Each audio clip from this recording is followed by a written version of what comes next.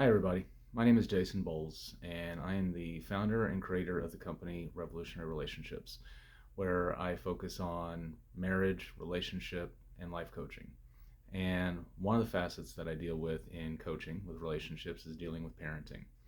I've worked for a number of years with families in crisis, helping parents put their lives back together, how to improve their parenting skills, be better resources and role models for their children. And one of the things that I consistently come across with then, as in now, is parents struggling to get their children to just do what's expected.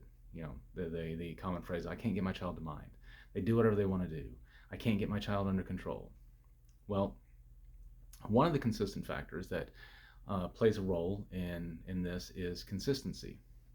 And what do I mean by that? Okay, well, let's take the classic example of the child throwing the tantrum in the store because they can't get the cereal or the toy that they want. We've either had it happen to us or we've seen it happen to somebody else. And generally, what happens anymore is child will be told no, start asking, whining, then it escalates to yelling, and then you get the full blown meltdown of the child spinning around on the floor, kicking and screaming, saying, I hate you, until the parent finally gives in and it's like, okay, whatever, just stop crying, just stop embarrassing me, and gives them what they want.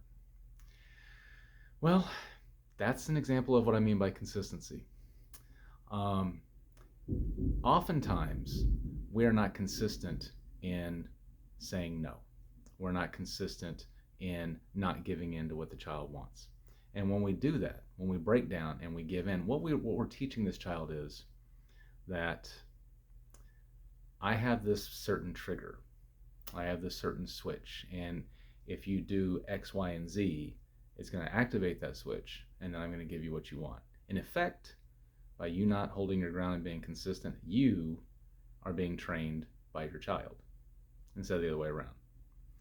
So, take for instance, you tell a child to go to bed, it's bedtime. They want a drink of water. Okay?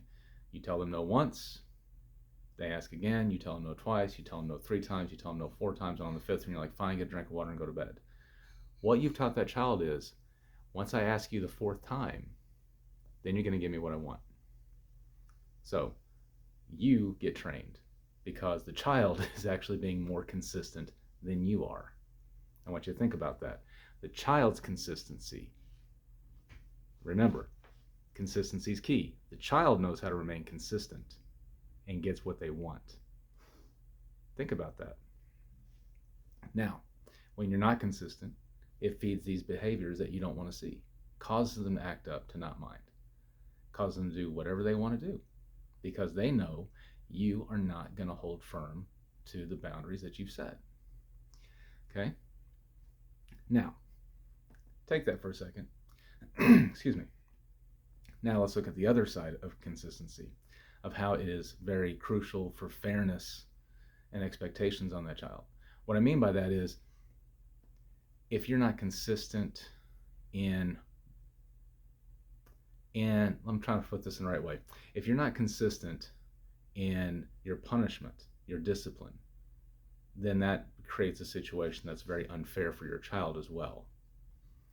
What I mean by that is, a child does a behavior, does whatever. I mean, you can fill in the blank.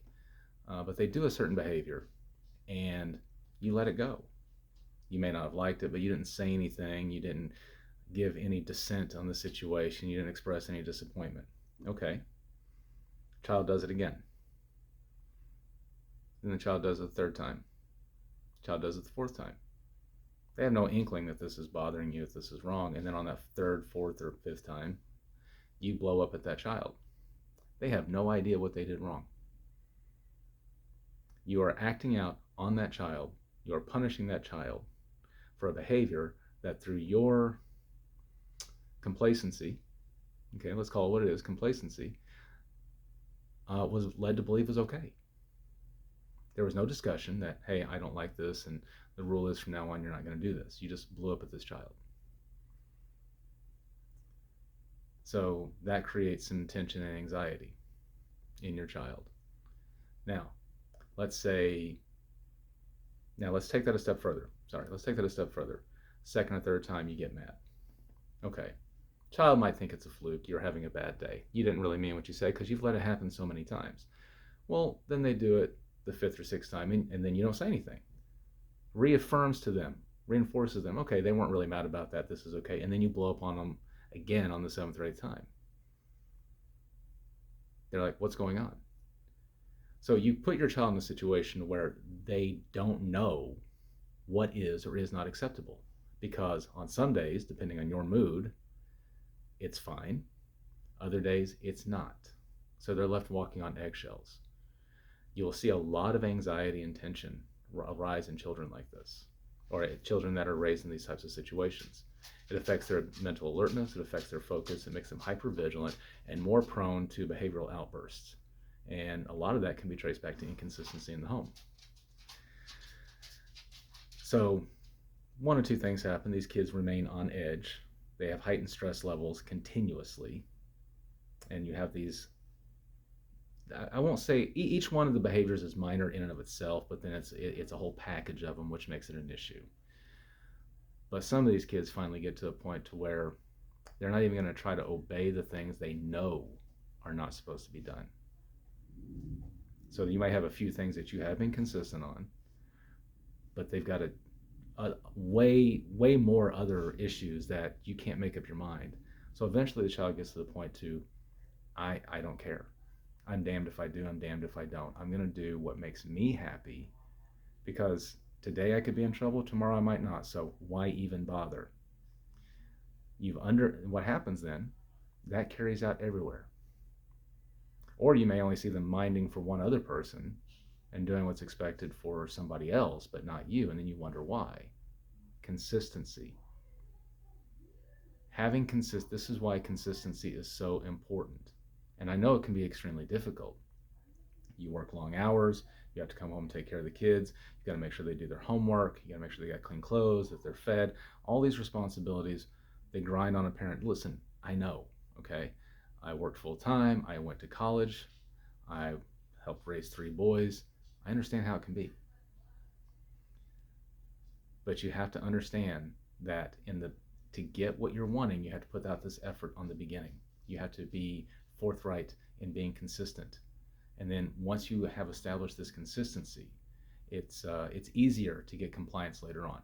It's hard in the beginning, but once you've shown that you are consistent, that you will not waver on your expectations, and that it's done fairly and equitably the way it needs to be done, then you'll have a child that will be more willing to comply, be willing to do what's necessary, because they feel safe in that environment. And I don't mean that you're going to be creating unsafe situations. That's not what I mean at all.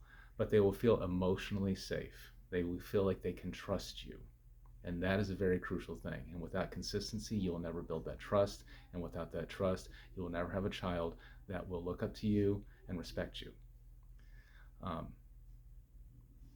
Anyway, I just want to leave you with that to contemplate and consider. Evaluate the levels of consistency that you follow in your own home. Be honest with yourself. I mean, really be honest with yourself. Am I doing am I really sticking by what I'm saying? Or is my child teaching me to be the way they want me to be instead of me teaching my child to be the way they need to? It's just some food for thought. If you have any questions, if you'd like to talk to me personally, you can email me at revolutionaryrelationships@yahoo.com. You can drop a message in the video description. That's my dog. You can drop a message. If you want to, we can set up a no cost to you initial Zoom consultation, because I do family, marriage, and life coaching. In any event, I want to leave you with that thought. I hope it helped you in some way. Best of luck. God bless. Have a great day.